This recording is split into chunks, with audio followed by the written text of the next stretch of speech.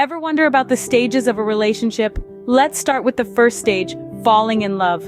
Ah, the exhilarating rush of emotions, the intoxicating euphoria, the butterflies fluttering in your stomach. It's like being swept up in a whirlwind of intense feelings and desires, all centered around that one person who's suddenly become the center of your universe. This stage is marked by a distinct physiological and psychological activation. Your heart races, your palms sweat, and your mind whirls with thoughts of your beloved.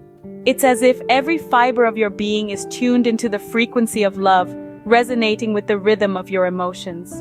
But falling in love isn't just a single moment. It's a process, a journey, composed of various phases. The first of these is sexual attraction. This is the magnetic pull that draws you towards your partner, the spark that ignites the flame of passion. It's that undeniable chemistry that makes your heart skip a beat every time you lock eyes.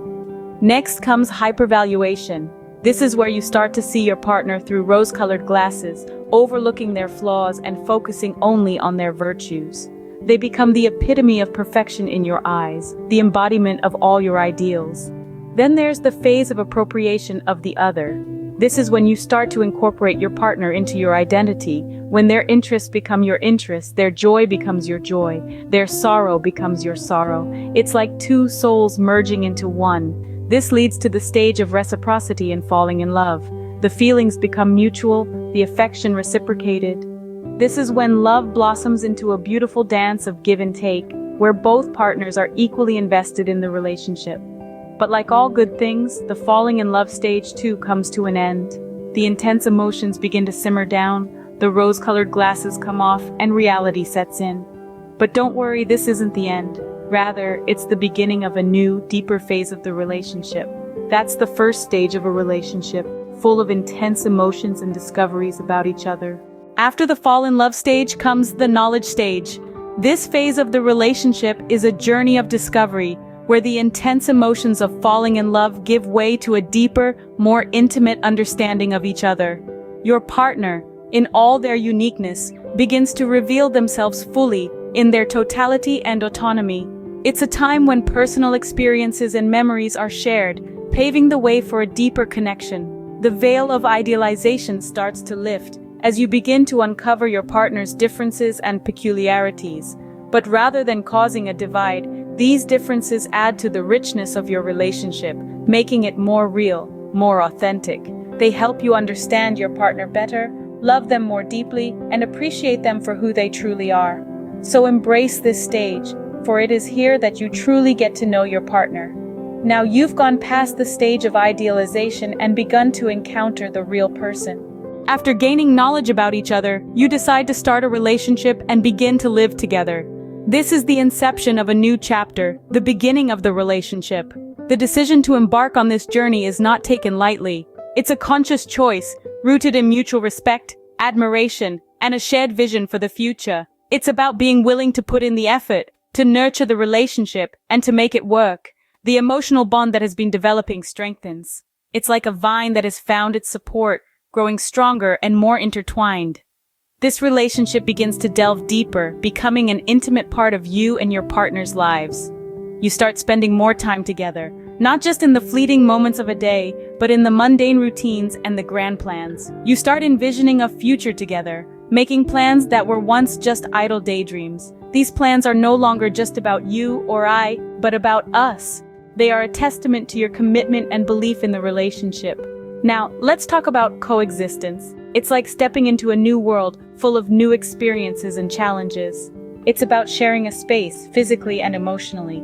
It's about merging lives while still maintaining individual identities. But coexistence isn't always a bed of roses. The frequency of sexual activity might decrease, the routine might set in, and responsibilities might pile up. Love then starts expressing itself in a different manner. It's no longer just about passion and desire, but about support and understanding. It's about accepting the other person in their entirety, with all their peculiarities. Differences may arise, conflicts may occur. But that's where the strength of your relationship is tested.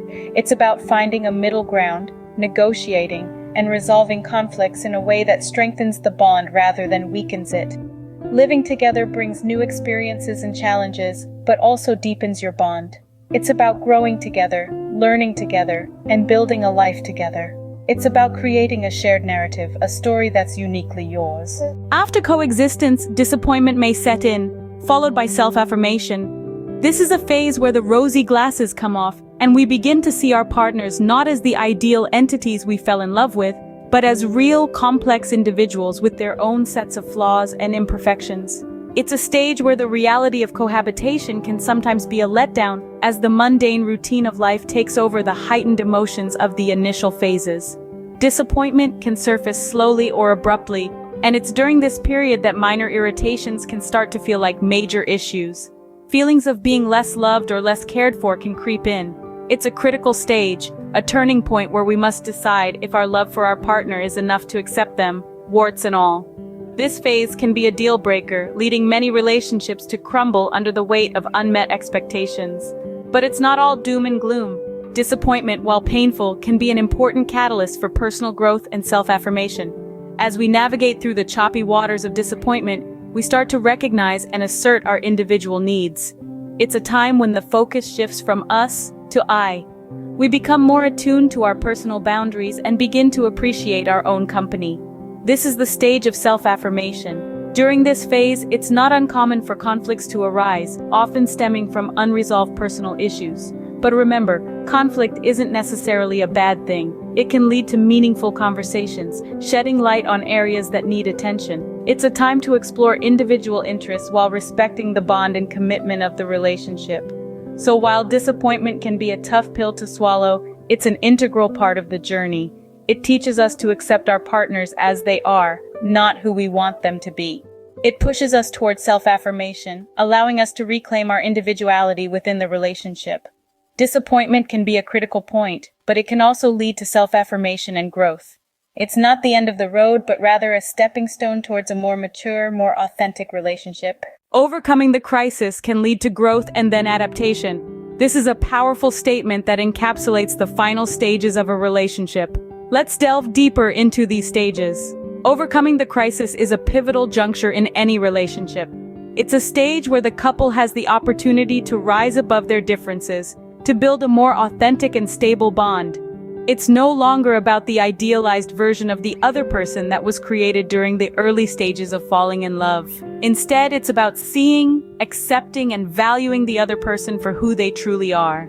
This stage requires a willingness to let go of the illusions that were formed in the beginning. It calls for an open mind and heart to accept the other person's imperfections and quirks. It's about understanding that love isn't just about the butterflies in your stomach. It's also about the sacrifices, compromises, and the ability to navigate through the stormy weather together. Once the crisis is overcome, the relationship enters the growth stage. This is a stage of deepening.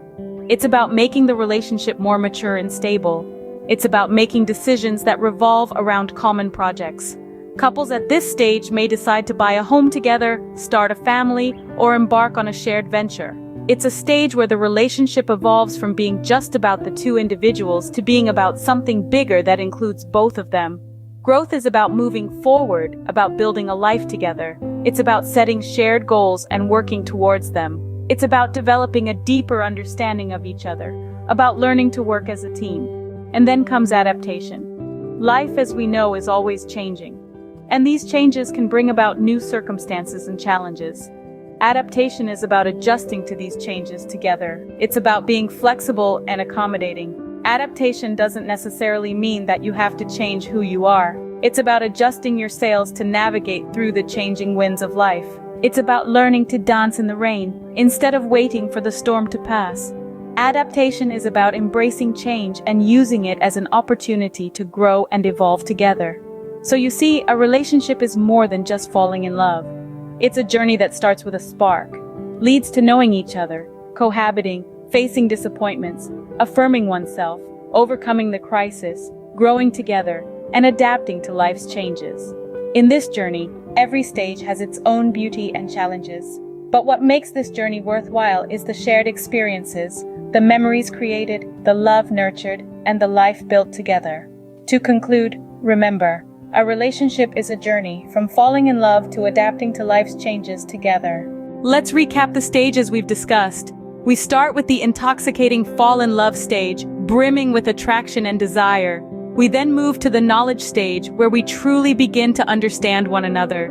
This leads to the beginning of the relationship and coexistence, where commitment and shared experiences deepen the bond. Then comes disappointment and self-affirmation, a testing phase that can lead to growth if navigated wisely. Finally, we have overcoming the crisis, growth, and adaptation, where love matures. Understanding these stages can help you navigate your relationship journey with more insight and wisdom.